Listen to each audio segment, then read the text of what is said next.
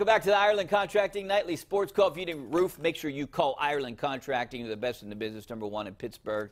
And their number is 1-800-NEW-ROOF. It's easy, 1-800-NEW-ROOF, and they can do anything you need.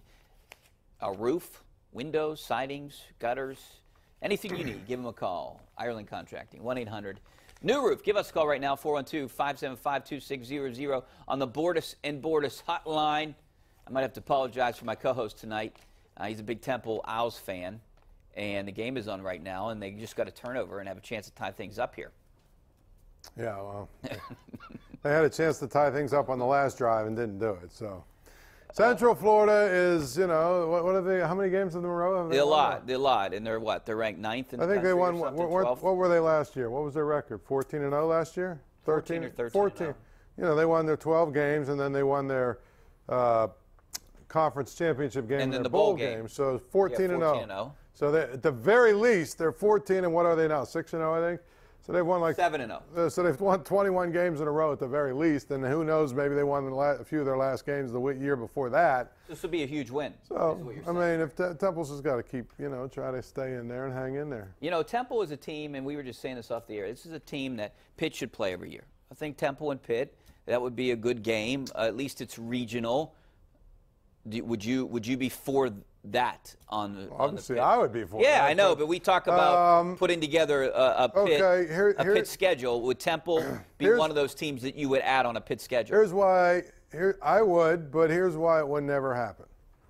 Because both teams would say, "What's in it for us?" That's what both teams would say.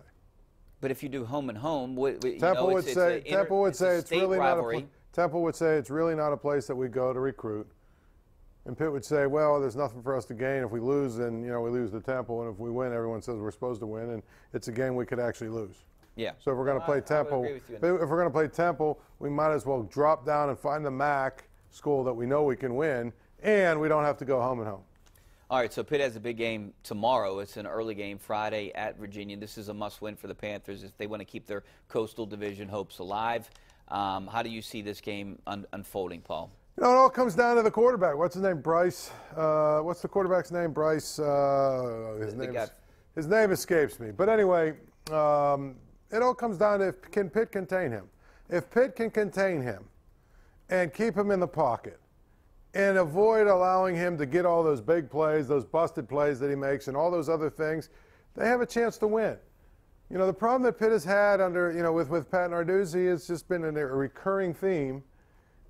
They play these guys, you know, these run-pass option offenses with these real mobile quarterbacks who throw it, like Duke last week, and they just seem to have a hard time, you know, matching up X's and O's wise. You know what I'm saying? So these kinds of offenses are the offenses that have given Pitt problems. So we'll see. But if they, what's his name? Bryce Perkins. Yeah, Bryce Perkins. But if they can keep him in the pocket and contain him and minimize his big plays, they have a really good chance. You know, this is a team that not a lot of people expected much from Virginia either this year. But it just goes to show you in the Coastal Division, anything can happen. Yes. Everyone is in play. Anything can happen. You know, and I think it's more important for a team like Pitt to compete every year if they have a good offense. You look at that offense they had with Matt Canada. You know, I don't understand why they're not doing more of that. You know, well, they might not have the quarterback. They're doing some of that. They're doing some of that, but they don't have the quarterback to run it. Bringing out the young kid last week, what was his name? Number 19. I mean, his name escapes me. Number 19. Mack. Was it? No, not. No, Tayseer Mack is a receiver. The freshman. The quarterback? Pitt, the freshman running back, who was a cornerback, he was a scout team guy. And they're going to use him. They're going to use him for 4 games. I forget what his name is. Anyway, you know, using him now, they've got some versatility with that. I mean, I'm getting old. That's what it really comes down to. But you know what I mean? Using him, they have some versatility now with their offense. But the big thing is, they've got to be able to contain Virginia. But again, here's the thing, we talk about it all the time. If you're Pitt, you just have to go win all the games you're supposed to win. Guess what?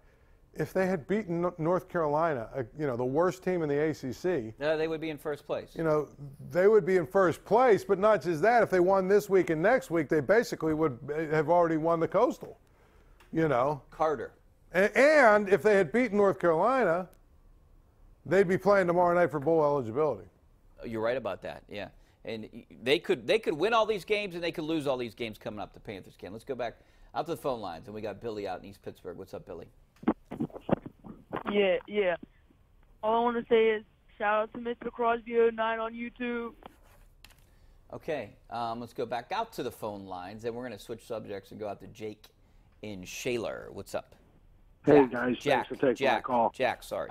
You're welcome. That's no problem. Hey, listen, I have a question for you. Bell's coming back supposedly week 10. He held on, so they can't trade him. I understand that. Yeah. But the 2-week roster exemption, I mean, my opinion is, they're going to have to negotiate a price. I would lowball the guy.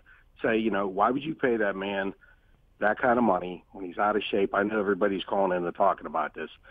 When it's going to take him how long to get back in shape, even to be football shape. But, do you think they're going to really exercise that 2-week exemption, roster exemption, and, cut the pay down a lot? Yeah, well, he gets back in shape? Jack, that's a good call. Paul, the Steelers, that's not really the Steelers' MO to do something like that. But I could see it happening. This is a contentious situation here between Le'Veon Bell and the Steelers. But you know what? I don't even know if he's going to come back. Why would he even come back now? He's already threw away almost $8 million. If you're going to wait till November 13th and come back, you might as well not even play, because now you're playing in 6 games, and even if they use the 2-week roster exemption, you're playing in 4 games. You might be able to help the Steelers. I'm sure the Steelers will want him to come back, but you could get hurt in those 4 games. And isn't that the reason for sitting out for him? Not to mention the fact that the only thing now at this point, really, you're not going to increase your value much. No. The only thing you're doing now at this point is risking losing, on your contract, because you either get hurt or you come back and you're out of shape and you don't play well, or you come back and you don't quite play well and they put James Conner in, and guess what? James Conner, when he's in the game, is more productive than you. Now all of a sudden you've hurt your value. The bottom line, he has a film on Le'Veon Bell. Yeah. They're looking at a guy who's healthy and rested after a year. So, his value now is higher than it will be if he comes back and plays. I totally agree with you. That's kind of why I don't think he's coming back. But, there's been reports and rumors that he's supposed to come back after the bye week. That didn't happen. And then come back after, the trade deadline. That didn't happen. So now it's November 13th is his next deadline. If he doesn't come back by November 13th, which is in, 12 days, then he can't come back at all and play for the Steelers. And that's the move that I would make if I'm in his situation at this point. Just like you said. Yeah. You're risking injury. You just throw away that money. You're going to get a huge contract next year. If you don't come back, if you do come back and you get hurt, you're not going to get that huge contract. All right, back out to the phone lines. We're going to go out to Bill in Natrona Heights. What's up, Bill? What's up? Hello, Rick. Bill, the home of J&S Pizza up in Natrona Heights. Yes, sir. Yes, sir. Yeah. Hey, Rick, you and Paul, you have a good show there, and so does when Bob's there. Go ahead. You got a question? Yes. Rick, what I wanted to say is that James Conner, I watched him when he played for the University of Pittsburgh. And one thing I like about him over Bell is that he's got a quick start. When he takes off out of that backfield, he's gone. And I like him much better than I like Bell. And I'll tell you what, he'll be there for a while. You know what, Bill, I think a lot of Steelers fans would agree with you right now, and I think a lot of that reason is because they don't like Bell for what he's doing. Right. Of course. But if he were to come back and have 190 yards rush in one game or something like that, what's going to happen? He becomes, popular again. Look, James Conner has what he has done is basically made it so people have basically forgotten Bell or forgotten how good Bell is. They've also made it so the Steelers are, okay, you don't want to come back? That's fine. We can still win games without you. And we got a guy that's just as productive as you. Yeah, and when Bell comes back, they'll be splitting time. I think the Steelers would start Conner for a couple games unless something happens. But, there's so much more risk for Bell coming back than for not coming back right now. Absolutely. So if I'm him, I don't come back. And that's kind of the feeling I have right now. Why roll the dice? Exactly.